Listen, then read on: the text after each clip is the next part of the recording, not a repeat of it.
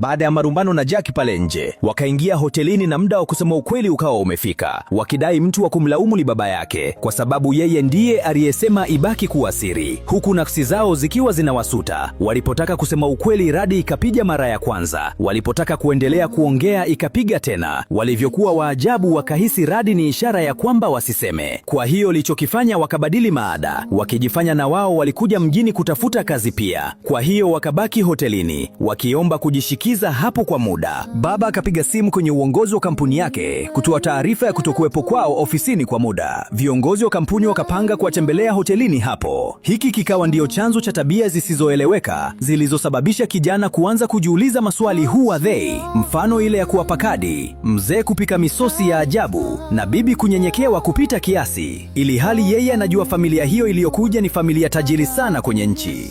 Je, inakuwaje tena wawanyenyekee?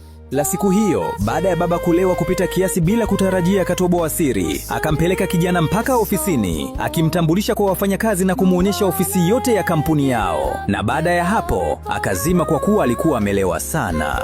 Baba akiwa kalala Jack, alifika na mkataba wa ushirikiano kati ya company group yao na ile ya akina kijana. Jack akistaajabu kuwaona pale, ila aliishiwa nguvu alipokuja kujua kumbe ile ni kampuni ya akina kijana, na baba wa kijana ndio chairman ambaye wametoka kufokeana siku si nyingi.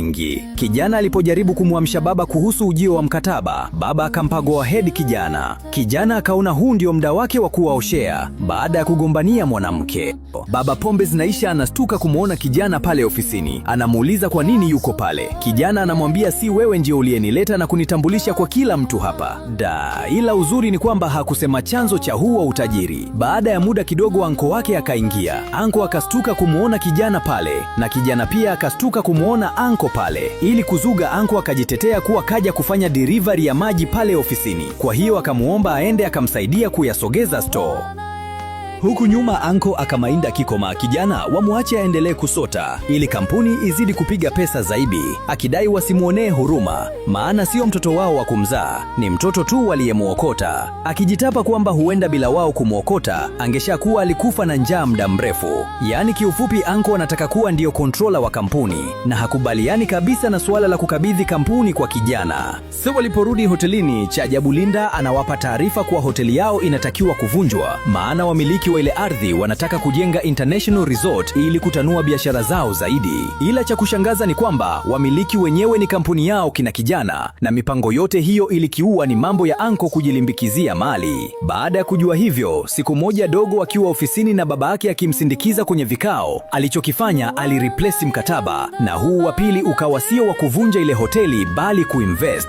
Baba alivyotaarifiwa hivyo akaona isiwe kesi, acha tu, maana wale ni wakwe zake. Ila anko alikasirishwa sana na kitendo kile, na hii ikawa ndiyo chanzo cha malumbano ndani ya kampuni na familia. Wakati familia ikiwa katika mchakato wa kumkabidhisha kijana wao kampuni, anko alifika na mikataba na kuanza kuwakandia wanafamilia mbele ya kijana kwamba ni watu wabaya, kwani walimuacha kijana ateseke miaka yote hiyo huku wao wakiishi maisha mazuri. Hayo yote ikiwa na lengo moja tu, kumtia sumu kijana awachukie wanafamilia na kumuona mjomba kama mtu mzuri. Mjomba akaendelea kwa kusema kuwa kuanzia sasa atamfanya kijana aachane na maisha yote ya kuteseka na kuishi maisha ya kifahari ikiwa atakubali kitu kimoja tu, nacho ni kusaini mkataba wa kuruhusu anko kuwa ndio chairman wa kampuni. Baada ya kijana kusikia hivyo, akagundua lengo la anko si zuri. Kijana akagoma kusaini ule mkataba. Anko alipoona vile akamsainisha kwa nguvu na kuamuru vijana wake wampige sana kijana, akidhani kwamba kumtesa kwa namna ile kutafanya kampuni yake kuzidi kupata pesa zaidi. Ila cha kushangaza, muda huo huo simu za mikataba yao kusitishwa zikaanza kuingia, na mwisho wa siku wakajikuta ndani ya dakika kadhaa tu kampuni ishapata deni la bilioni 2. Na kabla hawajafanya chochote, polisi walifika muda huo huo kumkamata chairman wa grupu kama ndio number 1 suspect, maana wanahisha walianza kuishitaki kampuni kuhusu maslahi yao. Movie inaisha kwa anko kwenda jela, wanafamilia pamoja na kijana wakianza upya kuimarisha hoteli baada ya investment yao kubwa kuhamia hotelini baada ya kupoteza kampuni.